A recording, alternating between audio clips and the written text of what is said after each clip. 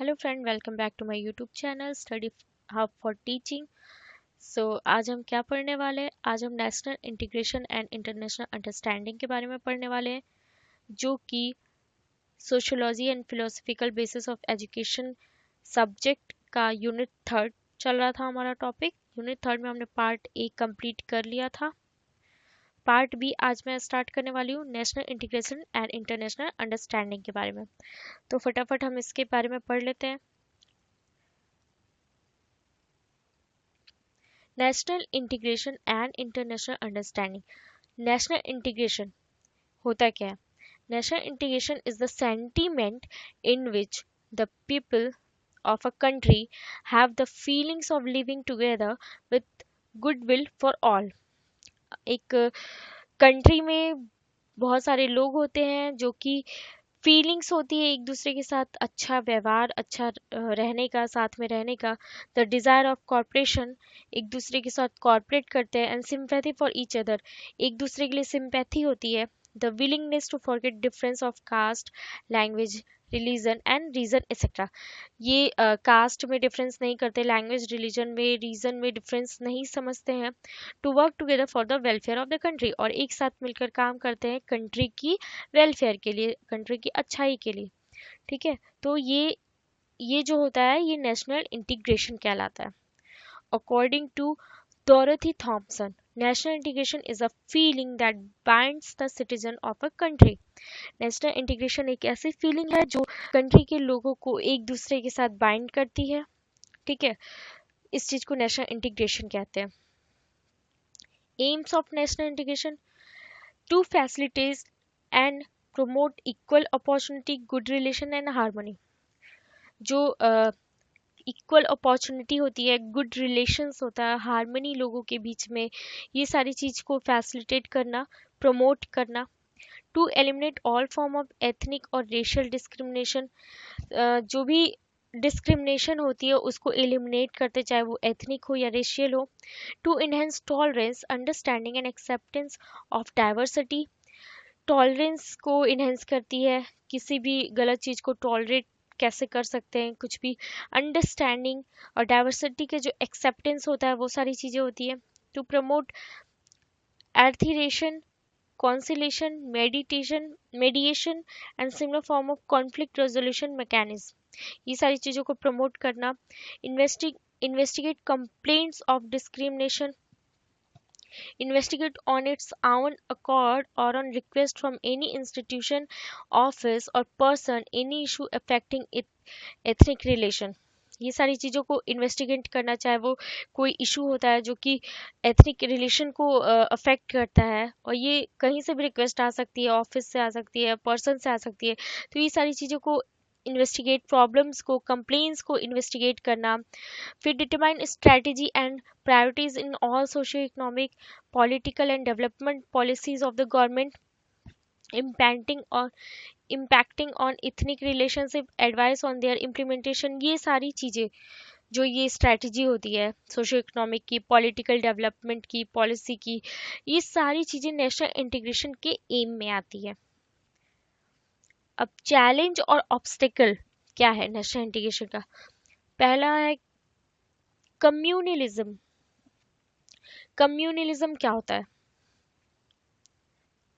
Communalism has been one of the most complex problem that India has been facing। ये बहुत ही complex problem है जो कि India में फेस किया जाता है। This is generated when individuals belonging to one religion develop excessive affinity to their religion and hatred toward other religion. इसमें क्या होता है कि कुछ लोग होते हैं जो अपने रिलीजन को बहुत ज़्यादा उनके अंदर उसके लिए अफेक्शन होता है, और दूसरे के रिलीजन को हेट करते हैं। ठीक है, तो ये जो प्रॉब्लम वहाँ पे क्रिएट होता है, like this kind of feeling promotes religious fundamentalism and fanaticism and proves to be dangerous for the unity and integrity of the country। ये चीज़ें डेंजरस होती है नेशनल इंटीग्रेशन के लिए, कम्युनिटी के लिए, इंडिया के लिए। तो ये सारी चीज़ें ऑब्स्टेकल होती है नेशनल इंटीग्रेशन में। Second one is casteism.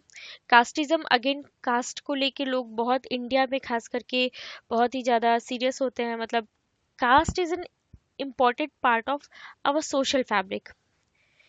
This was developed in the past on the basis of division of labor in the society, but now casteism has segregated the society. Feelings of socially neglected scheduled caste under the suppression of upper caste ruined the sense of we feeling and unity. यहाँ पे क्या होता है कि लो cast वाले को लोग बुरी नज़र से थोड़ा देखते हैं, अपर कास्ट वाले से वो दूसरी नज़र से, तो कास्टिज्म बहुत होता है, खास करके इंडिया में तो होता ही है। तो ये भी एक ऑब्स्टिकल है नेशनल इंटीग्रेशन का, लोगों को हारमोनी में पीस में नहीं जीने देते लोग। Third one is regionalism. Regionalism भी वही चीज है, रीजन को लेके अलग अलग। Regionalism is another obstacle in way of national integration. On many occasion it encourage people to promote regional interest even at the cost of national priority. अपनी national priority को नेशनल को प्रियोरिटी ना देके regional को सिर्फ priority देते हैं। One may think that rising the problem of a particular region is needed to attract the attention of the decision maker and to compel them to fulfill justified regional demands. This thinking is reasonable.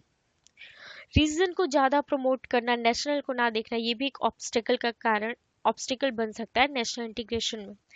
Linguistic fanaticism. Multilingualism is one of the important character of India. बहुत सारे language होते हैं, India has 15 officially recognised language, तो यहाँ different different बहुत सारे language होते हैं। तो यहाँ पे भी लोगों को थोड़ा प्रॉब्लम होता है, दूसरे की लैंग्वेज को एक्सेप्ट नहीं कर पाते हैं लोग। लाइक एक बार ऐसा हुआ था कि there is a conflict and riot on the language issue. People of one language try to establish their language over others. People अपने language को दूसरे के ऊपर establish करने की कोशिश करते हैं। When Hindi was declared as a national language, people of South India resented against the decision, supporting English language. एक बार ऐसा हुआ था कि हिंदी को नेशनल लैंग्वेज बनाने की बात हो रही थी, तो साउथ इंडिया के लोग ने इसका मतलब इसके अपोजिट बोला था कि इंग्लिश ही होनी चाहिए, क्योंकि वो हेट करते हैं हिंदी लैंग्वेज को। तो ये भी एक बहुत बड़ा ऑब्स्टिकल बनता है नेशनल इंटीग्रेशन में, जो कि हार्मनी में, पीस में नहीं रहने देता नेशनल को। Extremism. The extremism movement going on in different parts of the country are yet another challenge to national integration. All must have heard about Naxalite movement or Maoist movement. These movements quite often use violence, create fear in the public life, cause loss of lives of government, personnel and people, and destroy public property. तो ये जो नेक्सलाइट है या moist movement है, ये सारी चीज़ें इसके अंदर आती है, जो कि बहुत बड़ा ऑब्स्टिकल बनता है नेशनल इंटीग्रेशन में। Economic inequalities. इकोनॉमिक इनइक्वालिटीज क्या होते हैं, यहाँ पे लोगों का एक जैसा इकोनॉमिक नहीं रहता, लाइक डिफरेंट, कुछ लोग बहुत अमीर हैं तो कुछ लोग बहुत गरीब हैं। Economic standard of people in the state depends on the fertility of land, resources available, and manpower management. All the states are not equal in the above matter, which leads to economic backwardness of the people. बहुत सारी ऐसी चीज़ों पे economic develop depend होती है, जैसे land है, resources है, मैन पावर है। तो स्टेट वाइज कोई स्टेट बहुत ज़्यादा अमीर है, ये सब चीज़ों की वजह से कोई स्टेट बहुत ज़्यादा गरीब है।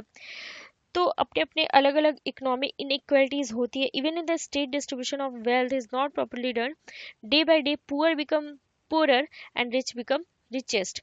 This cause tension and conflict. जितने अमीर है वो और अमीर होते जाते हैं, जितने गरीब है वो और गरीब होते जाते हैं। तो ये बहुत कॉन्फ्लिक्ट और बहुत ही ज़्यादा टेंशन का जो माहौल होता है वो क्रिएट होता है, जिससे कि आपका नेशनल में हार्मनी नहीं हो पाता। Social disparity. Social disparity among the people of different communities, caste, and some time within the community and caste cause tension and imbalance among the people.